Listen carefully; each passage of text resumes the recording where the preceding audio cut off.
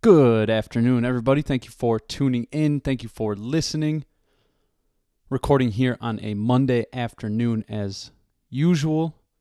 Want to get into a couple of sports topics from last week. Relatively quieter week than what we've had with, the NBA All-Star, and then we had the Olympics going on as well. But regardless, some exciting things, including I want to go over the PGA, I want to go over Champions League quickly, and then get into some NFL updates with some trades happening and with the official new league year upon us next week. And then I want to finish with some NBA updates, state of the NBA, including a quick little analysis on our Bucks. So being said, starting with the PGA, over the weekend we had the Cognizant Classic, which was won by Nico Echavarria from Colombia. Has a sweet stroke. 17 under par was his final score. 1.728 million were his final earnings, along with 500 FedEx Cup points, which puts him in 6th place right now for the FedEx Cup. Second place was Taylor Moore, Shane Lowry, and Austin Smotherman, who, oh boy, also has a smooth stroke. My goodness. But the FedEx Cup top three are still Bridgman, Goddard, Scheffler.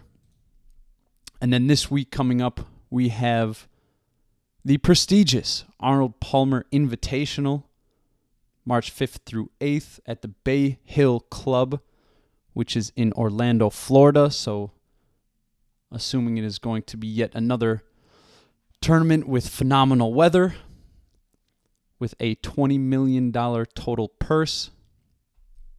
So we will be checking into that this week, and we'll have all the details and updates for you, including the winner next week.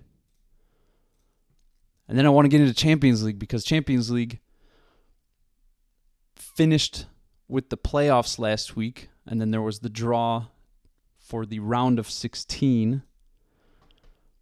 And I just want to start off by saying now in the round of 16, we have 6 English teams, which include Liverpool, Newcastle, Tottenham, Arsenal, Chelsea, and Man City. Representing Germany, we have Bayern Munich and Bayern Leverkusen. Italy only has a single team, Atalanta, only because Bodo Glimt upset Inter, which we will get into in a minute. We have Galatasaray from Turkey, PSG from France, Sporting from Portugal, and then Fotballklubben Bodo Glimt from Norway, which is the team I want to highlight here. Bodo Glimt is a small Norwegian team who just upset Inter, not just by aggregate, but they straight up beat Inter twice, 3-1, 2-1. Wasn't by some chance or crazy win. They beat Inter. And also earlier in the tournament, they beat Atletico. They beat Man City. This is a team I'm going to look out for. And they play Sporting, which at this point, given how they've been playing, I'm kind of expecting them to beat Sporting. I looked at their team from top to bottom. This is a purely Norwegian team. You don't have these transplants from, you can look at any lineup from the top 5 teams in the EPL or even Barcelona, Real. You got guys from Portugal. You got guys from England. You have, an occasional American.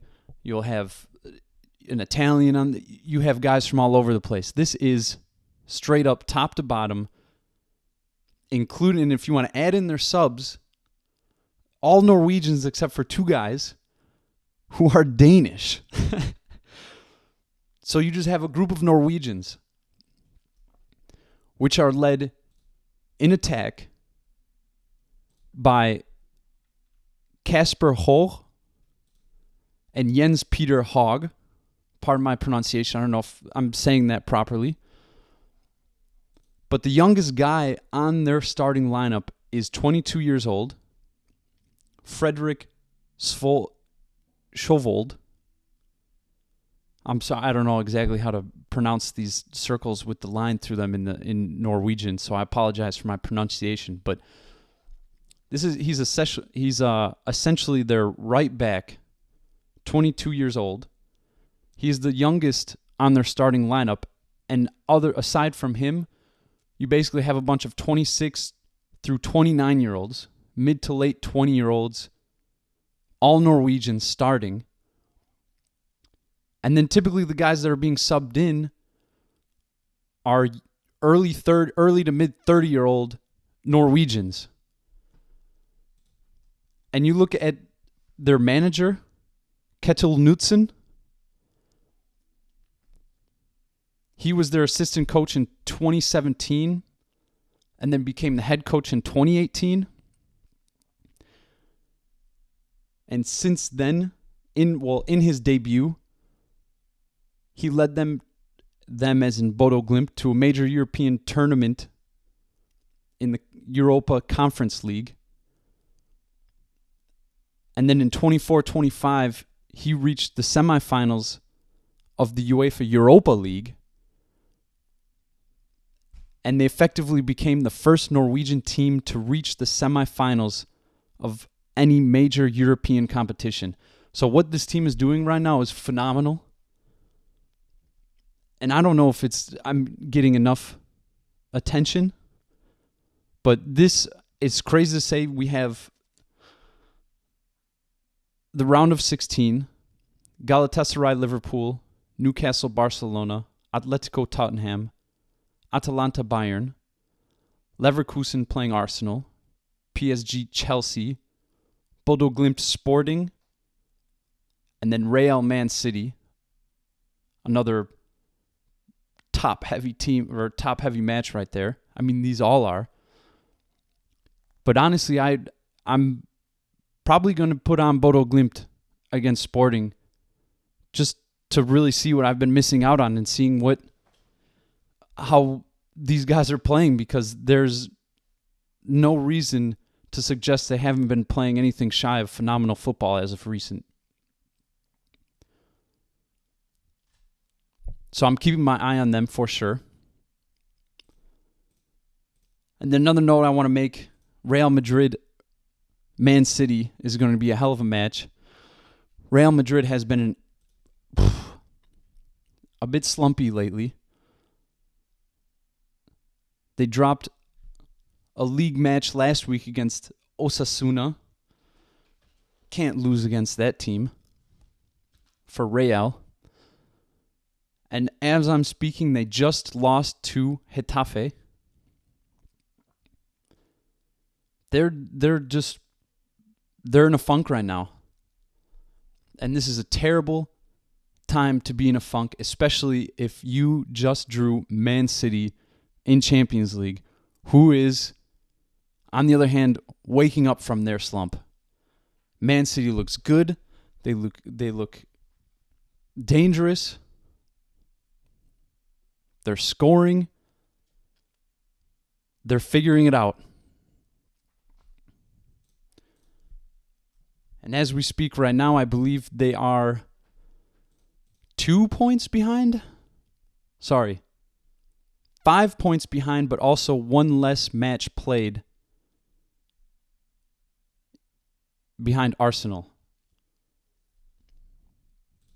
So if they win, let's check this out quickly. If they win their next match this Wednesday against Nottingham Forest, it'll be a big one for them. That'll be their 29th match. They're at 59 points. If they win that, they will be at 62, only 2 points behind Arsenal.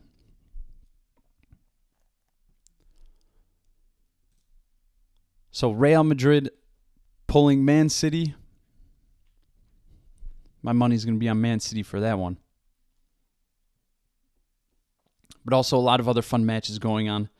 And that is next week. So maybe even next week as we get closer, we can see what some of these teams did for their league play and kind of maybe take a little bit of a deeper dive next week. But for now, I want to get into some of the NFL news that has been going on. There has been, as we're getting closer, obviously, to the beginning of the new league year, we're getting a couple trades and some rumblings of who's going to go where. A lot of people making projections and even some early trades. We just saw David Montgomery from the Lions get traded to the Texans for a 4th rounder, a 7th rounder, an offensive lineman, Juice Scruggs. I had to look him up, to be honest. He had a PFF grade of, I think, 45 out of possible 81 guards at his position. The PFF grades I take with a grain of salt, obviously, but I think initially, just looking at it, it offers a relatively decent indication of where any given player might fall against, obviously, other players playing the similar position. But then after I'm not going to lie, quick research, from what I gathered is has a very high ceiling, is very capable, but also privy to make some pretty glaring mistakes. And the reason I'm giving so much attention to this is obviously because he's coming into the NFC North, and the Packers will see him twice a year. But I think more so on the Lions, I don't necessarily quite understand it. I thought Gibbs and Montgomery was an excellent 1-2 punch. Montgomery, I can't necessarily speak on how he was feeling about the organization. I felt like you probably could have gotten him back on a relatively team-friendly deal with Gibbs' ascension as an obvious top-tier talent.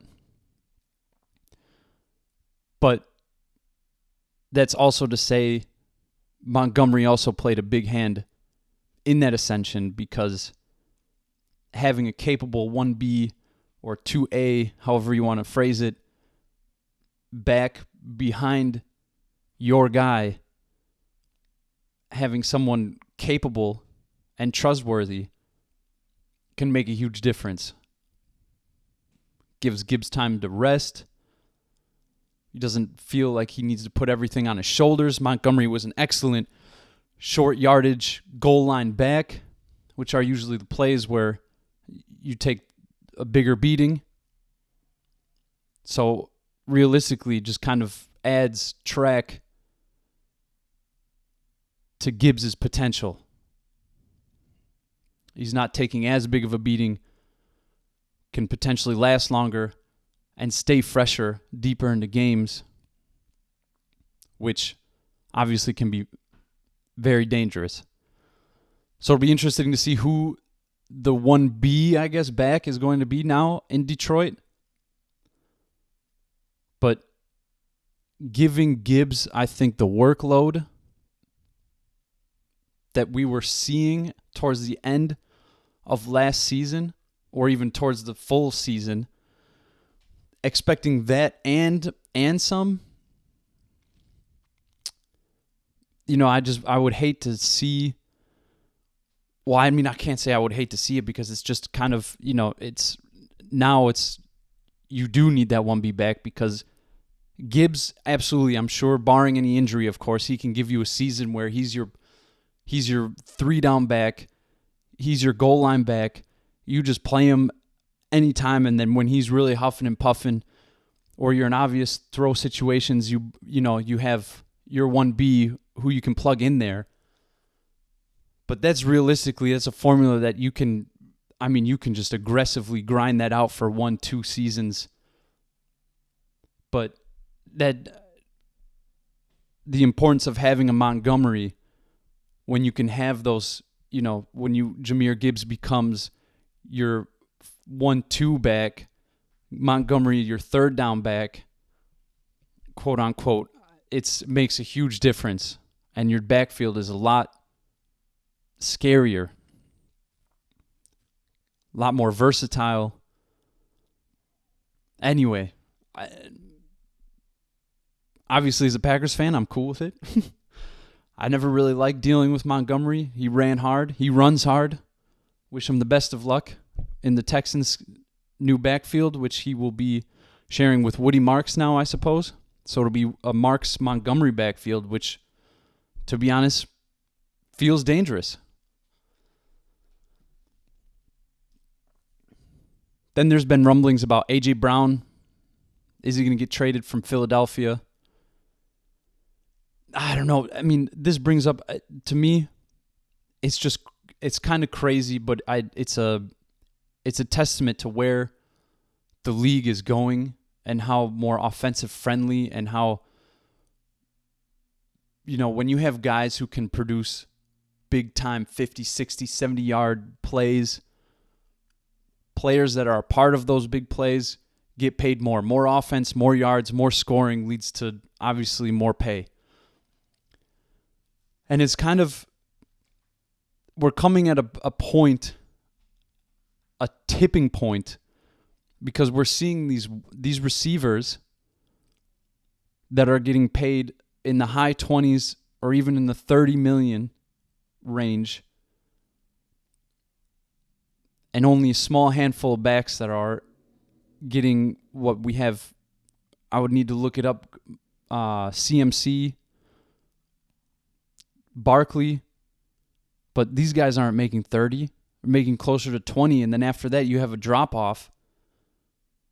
And top-tier backs now are getting, the going price in the league is 12 to 14 million for a top-tier back, whereas a top-tier receiver now is, Pickens just got the franchise tag in Dallas. They're going to be paying him $28 million a year now.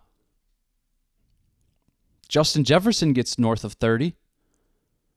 A.J. Brown, Jamar Chase, closer to 40. That is insane. I get Jamar Chase might be the outlier in that category because it seems like anytime you throw a ball in his direction, it's like unless he has three guys literally blanketing him, he's basically going to catch the ball. He is a phenomenal generational talent. And I'm not saying these other guys don't deserve their pay or they're not talented, but I guess if you were to ask me if I would rather have a Jahmyr Gibbs or a Justin Jefferson on my team, even the fact that there's a little bit of a hesitation should prove the point in itself. Would you rather have a Christian McCaffrey or an A.J. Brown on your team? And then you also have Max Crosby. This is in a whole different category, but there's Max Crosby with the Raiders. There's been some rumblings around him being traded from the Raiders. I don't necessarily have any big-time inside sources or know obviously what he's thinking, but I can't imagine the Raiders aren't fielding at least phone calls for Max Crosby, who has kind of felt that at times this past season he has been relatively disgruntled and kind of shown signs of wanting to move on. Come to the Packers, baby. Could you imagine Crosby and Parsons, any quarterback, having to deal with that? I'm just playing around, though. That's just Madden stuff. And then, of course, you have an issue that has been talked about or has started to gain some attention, I suppose, is J.J. McCarthy in Minnesota.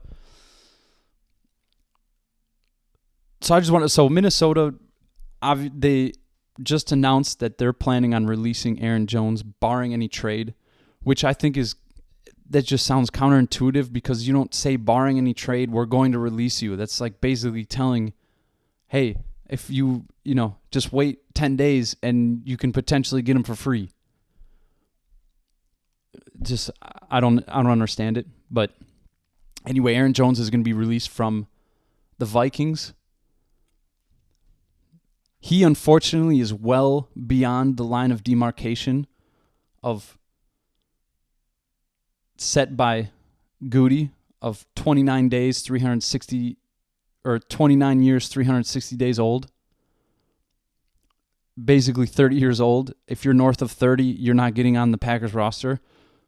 I really hope Aaron Jones is an exception, and he finds an exception with Aaron Jones just because of the leadership that he would bring into the locker room and the slice and dice quality that his running style is in the limited capacity that we would end up using him behind Josh Jacobs.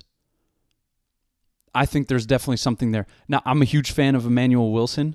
I don't understand what the beef is around Emmanuel Wilson, and it seems like we're trying to figure out everything but using Emmanuel Wilson, which I don't quite understand. I thought he was more than capable, and he showed that he was more than capable in the situations where he got an opportunity to highlight himself. But if we can have a Jacobs-Jones backfield like we all thought we were getting for 10 minutes when we all heard about Jacobs being traded to the Packers, there's something there. There is absolutely something there. And once again, the leadership qualities that he would bring into the locker room and what he would do for the culture, I think that alone in itself is worth what? What are we talking here?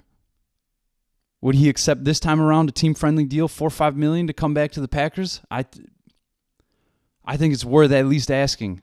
Make him say no. Make him say no. Make him pass on an offer. I mean, because now with the cap being north of $300 million,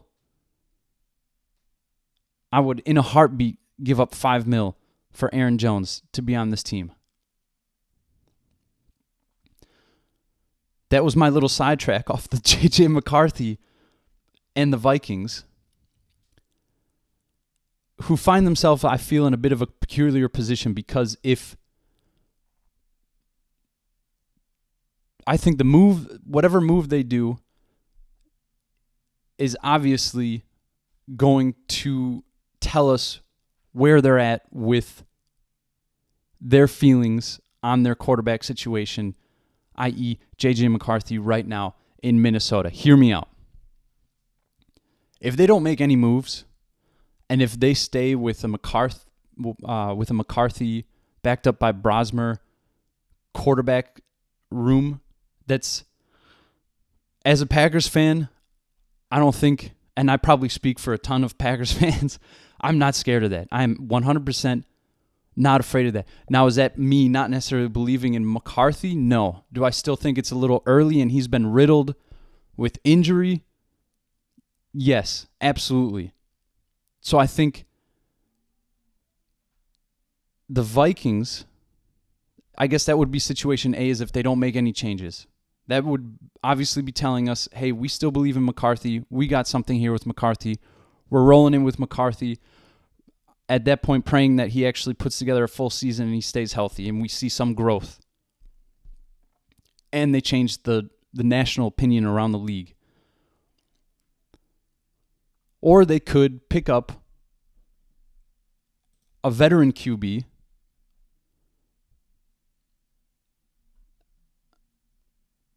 to obviously play in front of McCarthy. And the positive would be you would bring in that quarterback. You don't announce who's starting, and you have McCarthy either earn his position back as the starter or he sits behind this seasoned veteran. And I think that could potentially be a win-win for Minnesota in terms of what do we have with our quarterback moving forward. But once again, as a Packers fan, I wouldn't necessarily be scared of that because the quarterbacks in this situation we're talking about, well, I'd say the quarterbacks available, Daniel Jones is probably going to get re-signed by the Colts. Aaron Rodgers is definitely out there if you want to deal with that, if you want to bring him in. Can he still win games for you? I think so. Is he going to take you to the Super Bowl? The Vikings have a phenomenal defense. They can definitely win now. Is Aaron Rodgers going to be the guy who takes you to the Holy Land? I don't think he's got it in him anymore. But would he be a phenomenal addition to give you hope, to give your fan base hope, while also at this point in his career, I imagine he understands that part of his job would entail coaching up and basically showing McCarthy the reins, and it would give the Vikings another year to see what they have in McCarthy, and also for him to once again get fully healthy. Not saying that he won't be with the whole offseason, but there's also Russell Wilson, which I would personally be a hard pass on, but still offers the same thing Rodgers would be a veteran presence to help coach up McCarthy. But if Aaron Rodgers can take you, I'll put it this way, if Aaron Rodgers can potentially get you flirting with an NFC championship game, Russell Wilson will get you flirting with the playoffs. That's the difference, I think, between the two of them. And then after that, the dip-off is pretty intense. These are simply free agent quarterbacks. You know, Marcus Mariota, Zach Wilson. You got Joe Flacco still out there. Jimmy Garoppolo. I don't think any of these guys are necessarily the answer. But Kyler Murray wants out of Arizona, and it seems like Arizona is going to push him out. Kyler Murray, earlier in his career, I thought showed the whole league that he is capable. He is very talented. He's still relatively mobile. And I think that would be, I would say Kyler Murray put in the right position. He can probably be maybe a solid B quarterback. In the right scheme with the right players, you can maybe get a B+ out of him. And that I'm talking about KOC and him throwing to having Justin Jefferson and Addison. They got players on their team. And so could they coach Murray up to a B and put him in a situation where he could be a B+ quarterback? I think that is absolutely possible. And then I also think that basically puts up a bar, a very good measuring, I shouldn't even say a bar, it puts up a very good measuring stick as to where you are with McCarthy and what McCarthy can give you moving forward. And even if you need to stick with Kyler for 2 years, I think that's totally possible. And then you can, at that point, you can offer McCarthy, I don't know, now we're just thinking way far ahead, but then you could get him on a super team-friendly deal. And if you have a quarterback who at that point you're replacing him because he's playing at minimum up to Kyler Murray's standard at a B+, or B, let's just say B, maybe B+, who you're not paying the going rate for a top-tier quarterback now at, $30, $35, $40 million a year. I think that is a huge advantage right now in the NFL.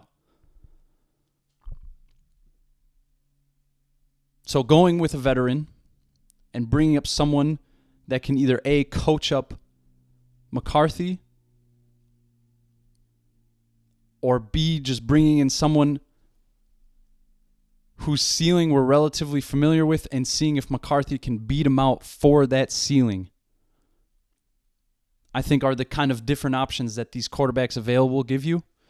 And we'll definitely see where Minnesota's head is at in the next, I would say, probably 2 weeks or so. But no matter what happens, I ain't scared of the Vikings still. Well, their defense is good, but that's just me talking as a Packers fan, I suppose. And then I just want to get in quickly to the Packers. Bears still suck, so I guess we'll just, we went through the NFC North with the Lions, Vikings. Got to say something about the Bears. They still suck. Packers, with Bisaccia's retirement, we picked up Cameron Accord as the new special teams coach in Lambeau. So there's some positive and negatives about this. I'll hit on them just real quick.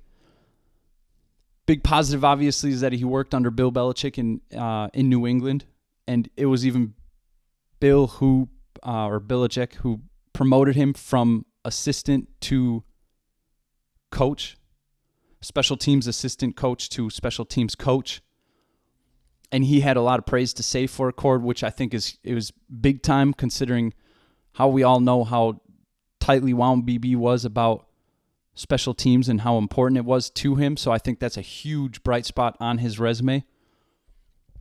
I think another positive is that he's 39. He's only 39, so it's bringing in some young, fresh blood into the position.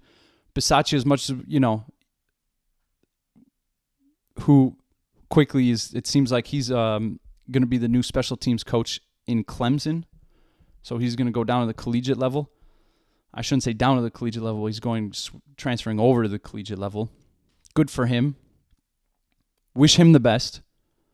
But I think it's also a positive and something that the Packers need, and it'll be beneficial for us to move on from a 60-plus, 65, I think Bisaccia is, to someone 39, much younger than he is. I think it's just going to be, regardless of who it is and who it was, just bringing in some fresh air into the position. So for that, I'm looking forward to it and seeing the changes that he brings and the new ideas. He did have a top-ranked special teams at one point when he was in Patriots, when he was the special teams coach in New England, and that was largely to do because of how dangerous the Patriots' punt returning was during that season. But then he also kind of fell down into middle of the pack. But my negatives, I would say for it was that, so to give you a quick little timeline, essentially he wasn't retained in New England when Jared Mayo took over as head coach back in 2024.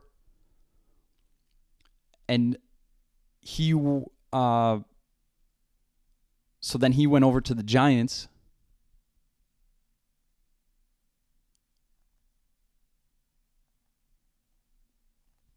With special teams coach, trying to find his name, Michael Gabriel. There we go.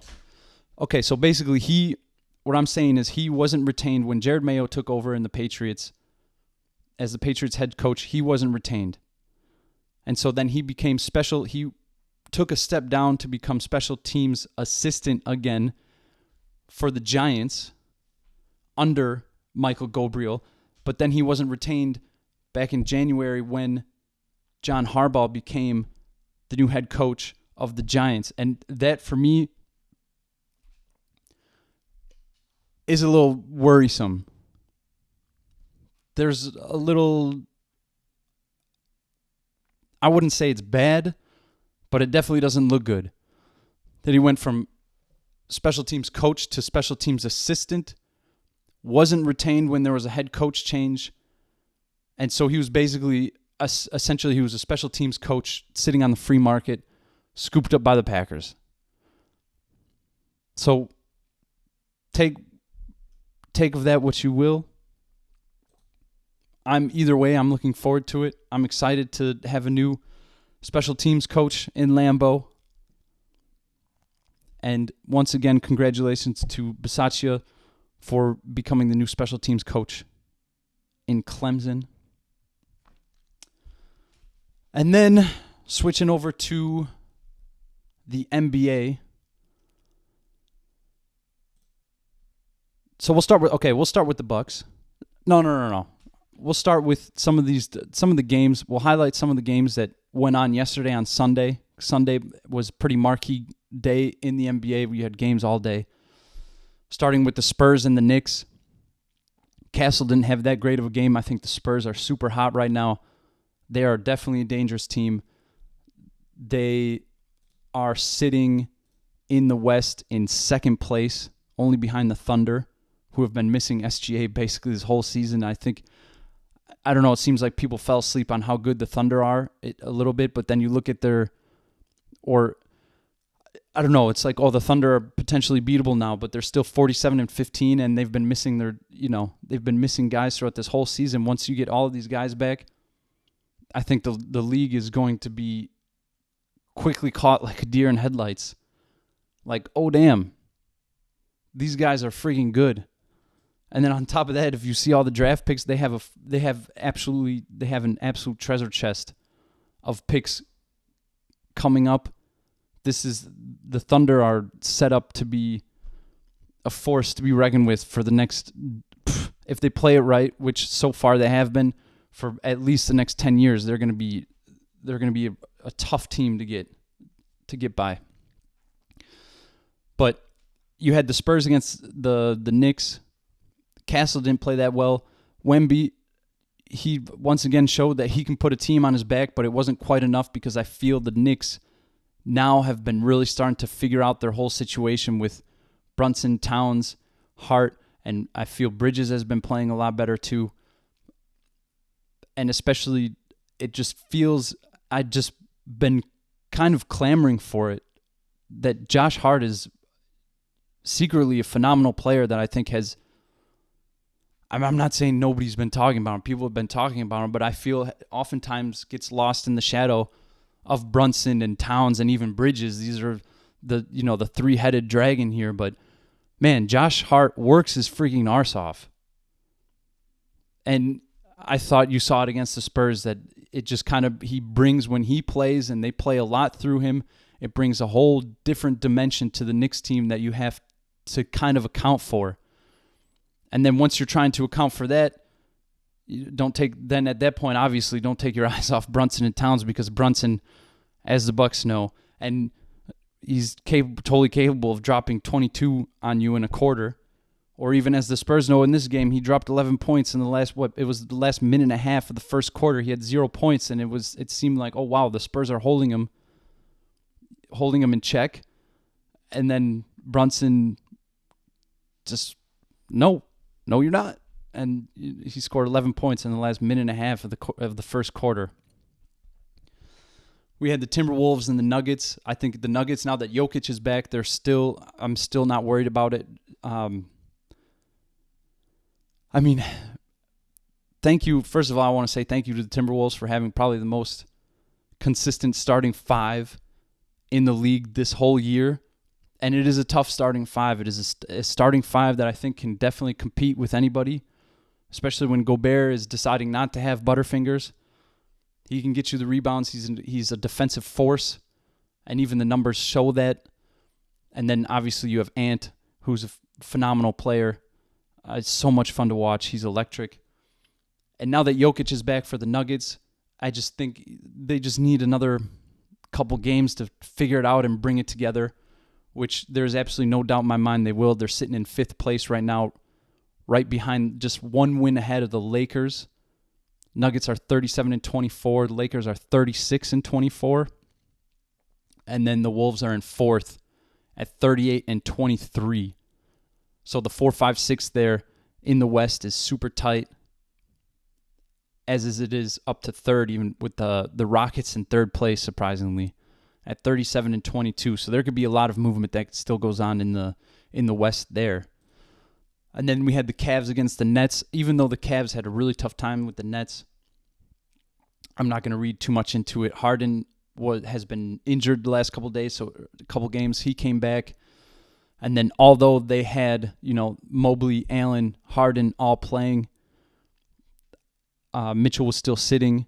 And I really feel the whole Mitchell-Harden combo is actually really nice, because when they actually do play together, I feel Mitchell doesn't feel like he needs to carry as much as the team as he did before. He can kind of, I don't know. I just feel like he looks over sometimes like, oh yeah, I got this guy too. He can shoot threes. He draws attention. He can bring the ball up the court. So as long as Harden doesn't necessarily, Harden's ego doesn't necessarily get in the way of him needing to share so much with Mitchell, I think they're in super solid position to, obviously make a deep run into the playoffs. And for the Cavs, they're sitting in fourth place right now at 38-24, just behind the Knicks, who are 39-22, and the Celtics in first place at 40-20. But the Cavs, I mean, at this point, I don't know. You are either looking at maybe playing the Sixers or you play the Magic. If the Sixers, I don't know, maybe it's still a little too early to start coming. We still have, quite a few games to play. We still have 20-plus games to play, so it'll be interesting to see what the positioning is there, though. But at this point, obviously, I would much rather play, if they could get up that high, the Magic, but I don't think they'll get that high. And I think the Magic are probably, especially missing Franz for so long, and then Suggs was injured a couple of days. Seems like they're starting to hobble a little bit. I don't think they necessarily get too much higher than 7. So it would look like they would be, right now it would be Celtics Magic, but I mean, if you're the Cavs, then you're playing either the Raptors or the Sixers. Anyway, we'll see how it falls out. Still have some games to play. Other than that, you also had, the Bucks and the Bulls, which we'll get into in a second. Grizzlies beat out the Pacers. Then you had the Trailblazers beat the Hawks. As a Bucks fan, obviously we wanted the Hawks to try to freaking lose one. It seems like they've been on a winning streak lately. But in doing so, and I'm not just saying this as a Bucks fan because we want them to lose, but you watch the Hawks play and they still, props to Dyson Daniels, but they still look beatable. I don't know how else to put it. And Jalen Johnson can be a phenomenal defender. And I'm a big fan of Nah as well, but I don't know. They just look beatable when I watch them. They're not super exciting. You had the Pistons beat the Magic, number 1 team, obviously going up against the 7th ranked Magic, who are kind of a bit injured right now. Of course, that was kind of expected. Thunder over the Mavericks. Mavericks season is good as done now. Thunder getting SGA back is obviously a big deal, and it's great because that's kind of helping them keep him fresh rolling into the playoffs. So now with the Thunder, you have, Holmgren, Hart, Wallace, Jalen, SGA all back, and I think Caruso coming in to help out on defense, and then even the McCain pickup. McCain's been looking solid, like kind of a steal for him so far. So I think SGA is still going to be feeling very fresh rolling into the playoffs. That's a big one for them. The Celtics over the Sixers late yesterday, so they're also going to be in a back-to-back because the Bucks are playing them tonight. And then you had the Clippers over the Pelicans. The Clip show right now, they got hot and then they kind of cooled off a little bit, but they're still in the discussion. They're at 28-31. Last 10, they're at 5-5. 2.5 games behind the Warriors in 8th place. And only a half game in front of the Trailblazers behind them in 10th. So the Suns are in 7th right now, 34-26. So we'll see. They have a couple games to make up to see if they can flirt their way out of the play-in. And Kawhi, when he's on, he's still proven that he's a phenomenal player. And when he's when he's present, it feels like when he needs to do something or he wants to do something, he can still get it done. And then you had the Kings at the Lakers. Lakers took care of business, 128-104. Doncic doing his thing as usual. LeBron James also heavily present in that one. And the Lakers are definitely, seems like a lot of people have been kind of writing them off for where they are in the standings. But they're sitting pretty comfortably in 6th place right now. Only a half game behind the Nuggets in 5th. And right behind them are the Suns. And the Suns are, have been without Booker recently. So, I don't know. The Lakers are also kind of putting it together. But I still feel in the West, if I need to go up against the Spurs or the Thunder, if I'm the Lakers, I don't feel incredibly confident in that matchup. If I'm from a Lakers perspective, I think they're definitely a team that, either the Thunder or the Spurs would probably feel comfortable meeting in the first round, if that's what it comes to. Still have obviously a lot of games to be played. But anyway, the Bucks played the Bulls last night, and my goodness, I not even knowing where to begin. It was kind of pathetic. I'm glad we didn't win the game. We didn't deserve to win the game. And to score only 8 points in the fourth quarter against a team that is so obviously tanking and hadn't won a single game in February.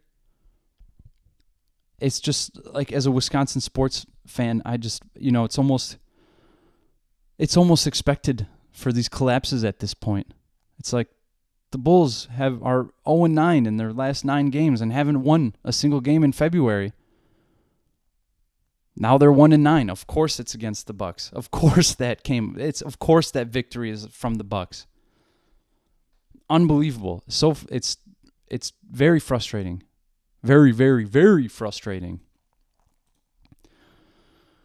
But last week Monday, we were coming off of a brutal loss against the Raptors, so it just seems like as of lately the Bucks have just been getting slapped on Sundays. Sunday slap day. But I did say, because I'm, an eternal optimist, I like to think of everything from the positive side. If we, in the next 4 games, because we had 4 games this last week, if we could go 2-2, I would see that as a good sign. And so we went and we beat the Heat, and then we beat the Cavs. Granted, the Cavs basically sat everybody, which it seems now the Bucks are one of those teams where people use as a rest day. But we beat the Cavs nonetheless. So we're 2-0. And at that point, I'm thinking to myself, okay, maybe we go 3-1. Oh my gosh, do we go 4-0? The hopium was starting to come in, I said, no, calm down. We play the Knicks. I wasn't expecting to beat the Knicks.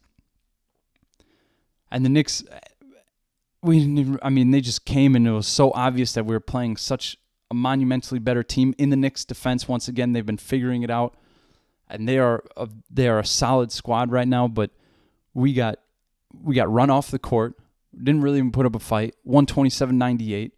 Rebounding is still an issue, and it seems like anytime Sims isn't in the game, we're struggling to get rebounds. Miles Turner, it seems he almost has more trouble jumping than freaking Joel Embiid. It's like Miles Turner just puts his arms up, and I get it, he's super tall, lanky dude, but where's the jump? Where's the freaking rebound? And then you put Sims in there, and it looks like he's got springs under his feet, and he jumps over everybody and grabs the rebounds. And I think he's been incredible. And I've been saying it for so long. I've been wanting to see more Sims, and we've been seeing more Sims lately, and I absolutely love it. He's been great for our rebounding. Anyway, the Knicks just take care of business, slap us once again, or whatever, run us off the court, whatever you want to say.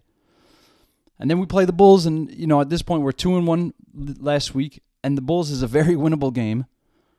And we start off strong, had a 16-point lead at one point, and then we end up dropping this one by 23. I don't know if I've ever seen it. I honestly, in a game we've only put up 8 points in the fourth quarter, and it was so. This team is so frustrating because at sometimes you're watching it, and we just make awesome passes, and the ball is moving, and then you just drop it to a sharpshooter like AJ Green, and it just looks good. And I'm talking myself into the fact, oh my goodness, we're starting to figure it out, or they're starting to figure it out. This is great, and it's legitimately fun basketball to watch. And then you watch a game against the Bulls, and it just seems like, what is going on in practice? Where are you guys at? Is it honestly the only excuse I can think to come up with is that the low is no longer so low as it was pre-All-Star break and during the trade deadline, and Giannis potentially moving out. It was the worst stretch of the season for the Bucks. It just seemed like we were going downhill fast. The morale was low. There was no effort. You could even see it when you're watching the games. And then we started to kind of almost like blossom a little bit. Like it was the start of spring, and I could see some bulbs coming out. And it's been, and there have been times where it's been so glorious and it looks so good. And then once again, you come back to this Bulls team and it's like dribble, taking a contested shot. And once again, all that to say is the only thing I can think of is that because of that such low has passed, and the emotions are higher, and the confidence is definitely higher.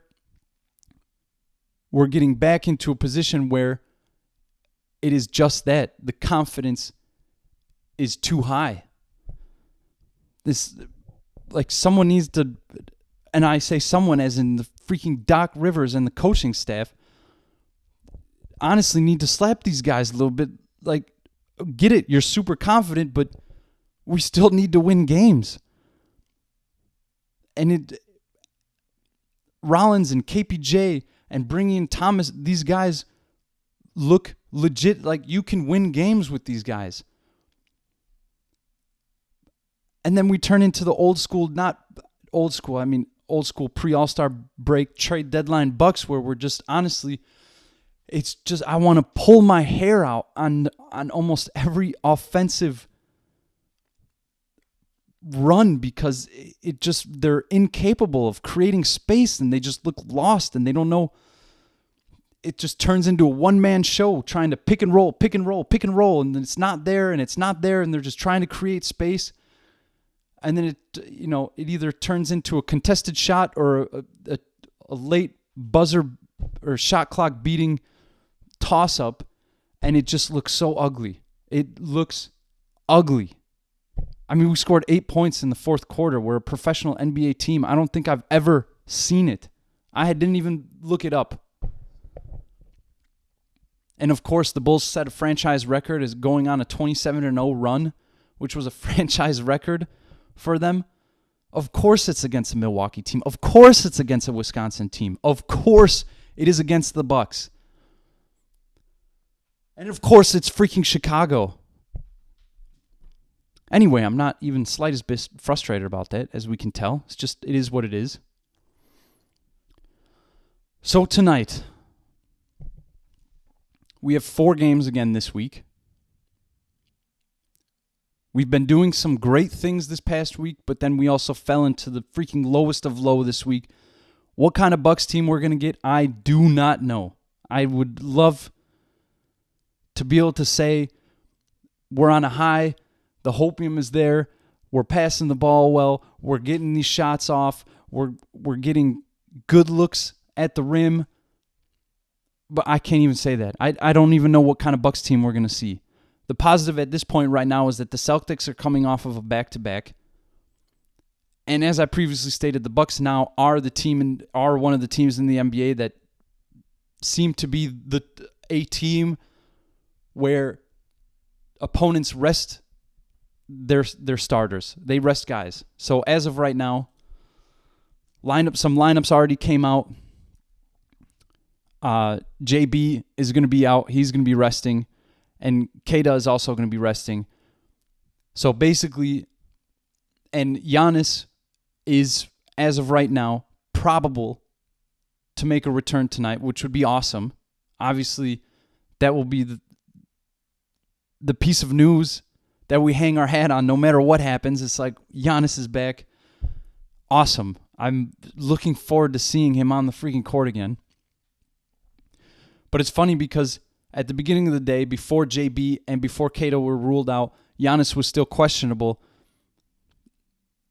The Bucks, I don't even know what the line was, but it was essentially a 70-30 split for, I didn't even know if the Bucks were that high. It might have even been like 72-28 for Boston.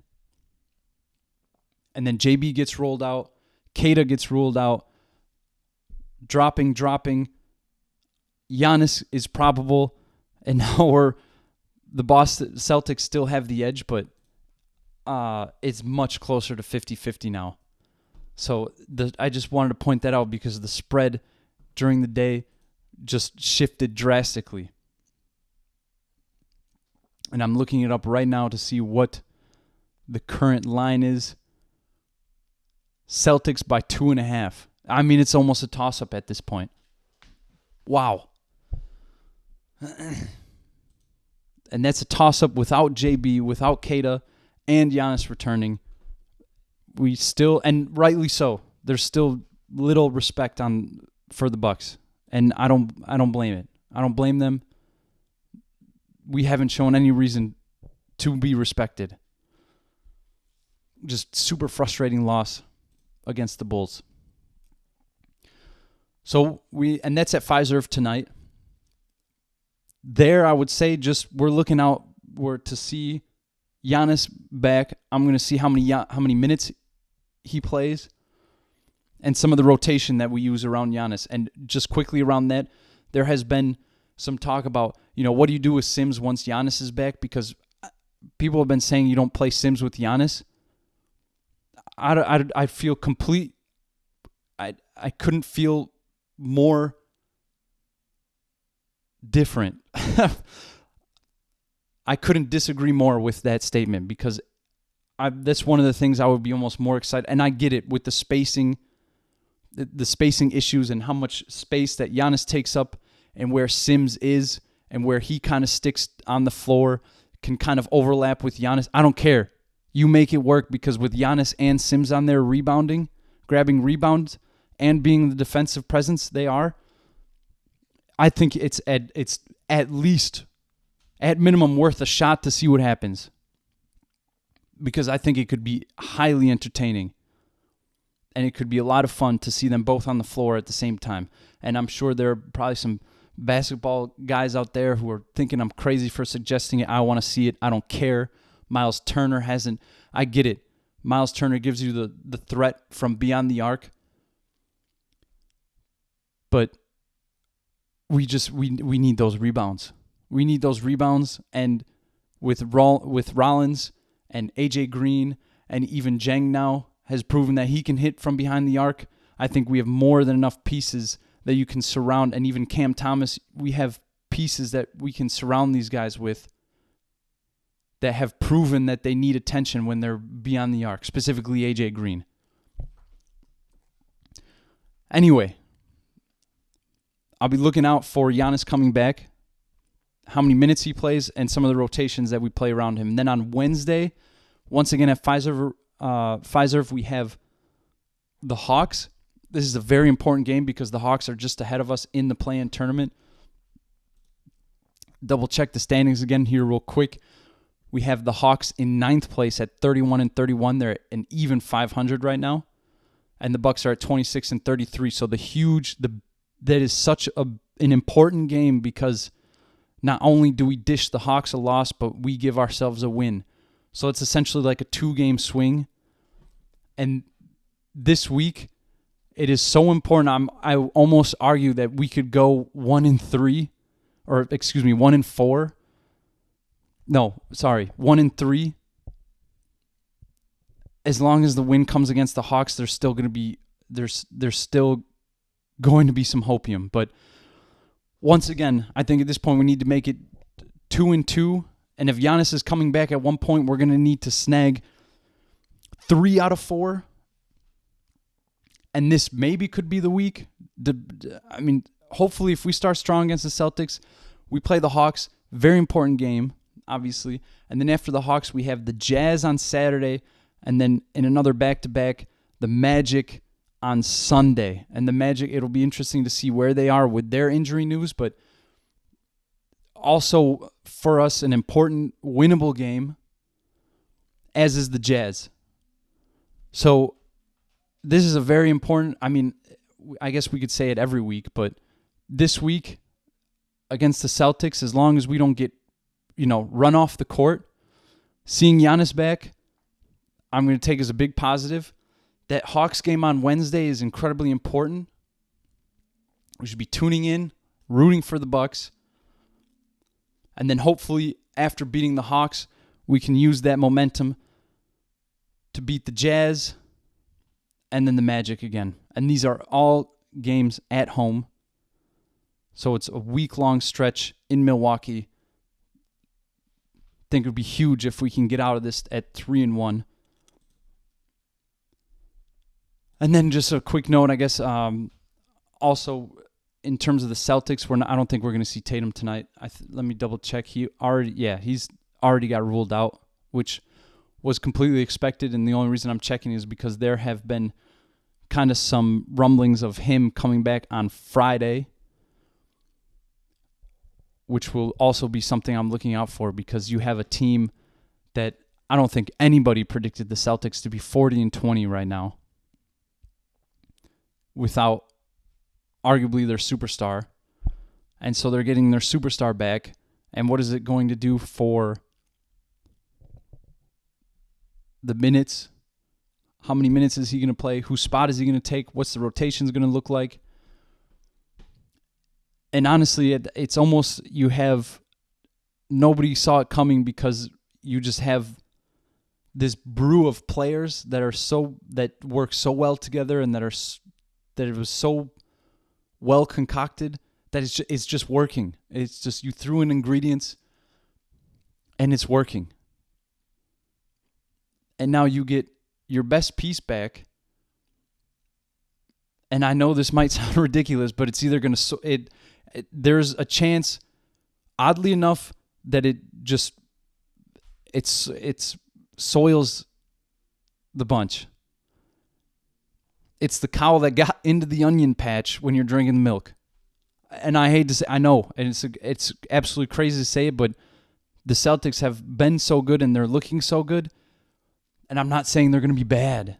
By all means, I'm definitely not saying they're going to be bad. This is quite the dilemma. This is like the best case scenario, best case problem you can have in in any league, in any professional sports team, is you're playing so well and then getting a star player back. But I just don't think, especially in the NBA, when you basically have 5-man rotations, it's definitely a bit more of a particular situation. It's a little more fragile just to insert someone and take someone out and reduces someone else's play time who's also had such a positive impact. And so it'll be definitely something I'm looking out for. Apparently, word is that he's going to be coming back on Friday against the Mavericks, which is a home game for them.